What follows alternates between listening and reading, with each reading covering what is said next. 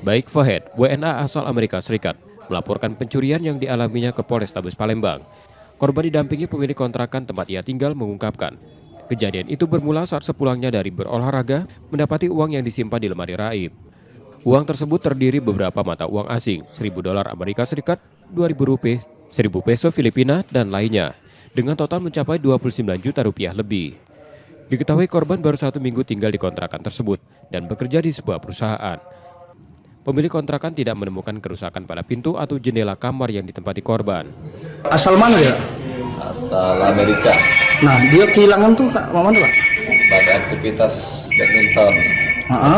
Ngecek. Di tasnya hilang. Sudah hilang. Posisi dia di mana? Di kamar. Di rumah kontrakan. Di rumah kontrakan. Duit apa Kak yang hilang tuh? Duit Dolar sama India, mata uang India. atau mulia ya? Berapa Kak totalnya? Rp29 juta. Laporan korban kini dalam penyelidikan polisi untuk mengungkap pelaku pencurian. Rizky Oktora, Muklas Diferensial, Kompas TV, Palembang, Sumatera Selatan.